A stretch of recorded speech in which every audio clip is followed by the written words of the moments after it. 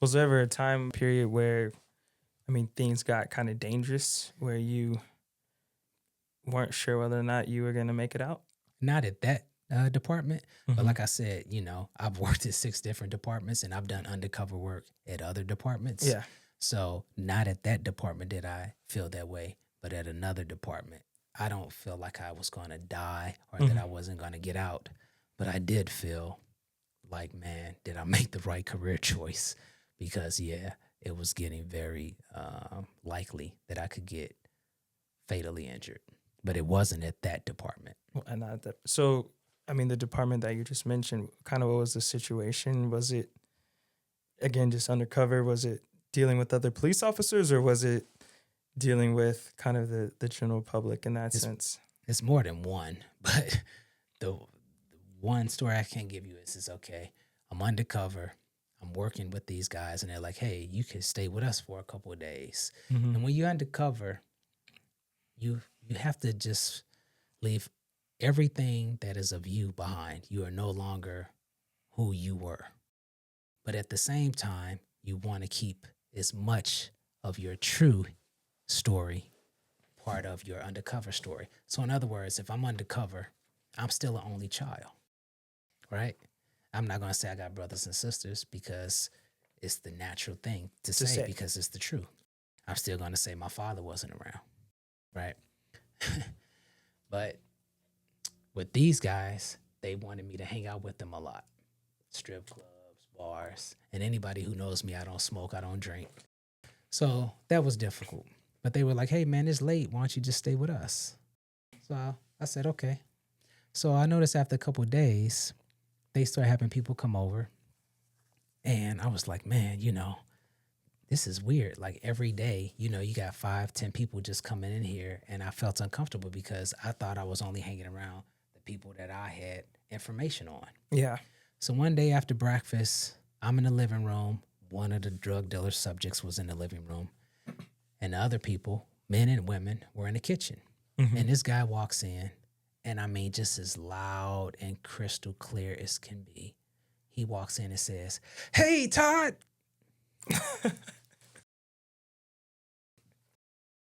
And literally, you could hear a feather drop.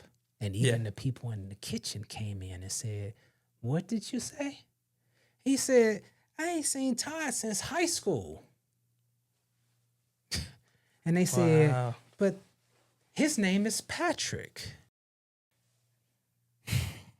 It's the longest 2 seconds of my life. I bet. Because I'm literally trying to understand what just happened. With all this training, with all this backstop, meaning that we've built this story on myself, I never thought you would run into someone you knew from high school. And he said it's so definitive, like, I know him. Yeah.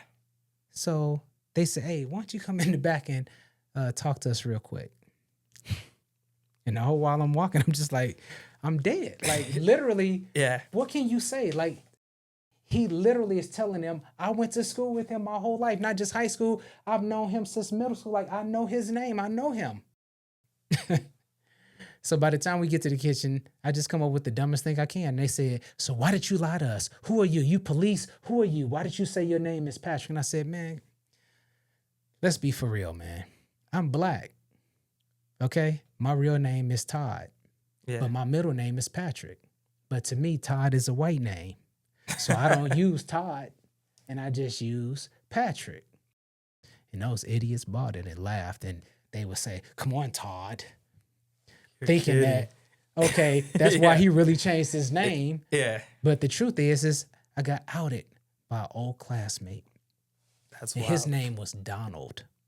Passed away now, rest in peace. Okay. But, yep, he ousted me and didn't even know. But not to finish. That's not why I thought I was going to die. Later that night, I got my own room, and I go take a shower. At that time, I was big into cowboy boots. It's a St. Louis thing. Okay. I think they were like lizard or ostrich or whatever. All right, fancy. And if you know anything about cowboy boots, you have to put them on and then kind of pull them up. Mm-hmm. So what that allows you to do is stick your arm in there and you can put your hand up in the toe area, right? Mm-hmm. You can't just see the whole part of the boot, like a regular shoe, right? Right. So that's where I would keep at this department my ID for being a police. But because that happened, I'm taking off my clothes and I'm like, man, you need to hide your ID. So by the grace of God, I decided to take a baggie from the kitchen, just a plastic sandwich bag that you put a sandwich in. Mm-hmm. Now, it's going to sound crazy to you, right? So I took my little badge. Now, the badge you get when you working undercover or as a detective, it's tiny. It's like a FBI badge. I don't know if you ever seen it. Yeah, I've seen those. So it's not like a LAPD badge, Yeah. big with a whole flag on it, right? I took that and took my police ID and I wrapped it around the sandwich bag. Uh-huh. You know what I'm about to tell you. And then I went in the bathroom and I spread my cheeks. Gosh. And I didn't stick it up my hole, but I just put it in my cheeks and basically squeezed my cheeks together. Yeah. And took my shower. And man, was that a good decision.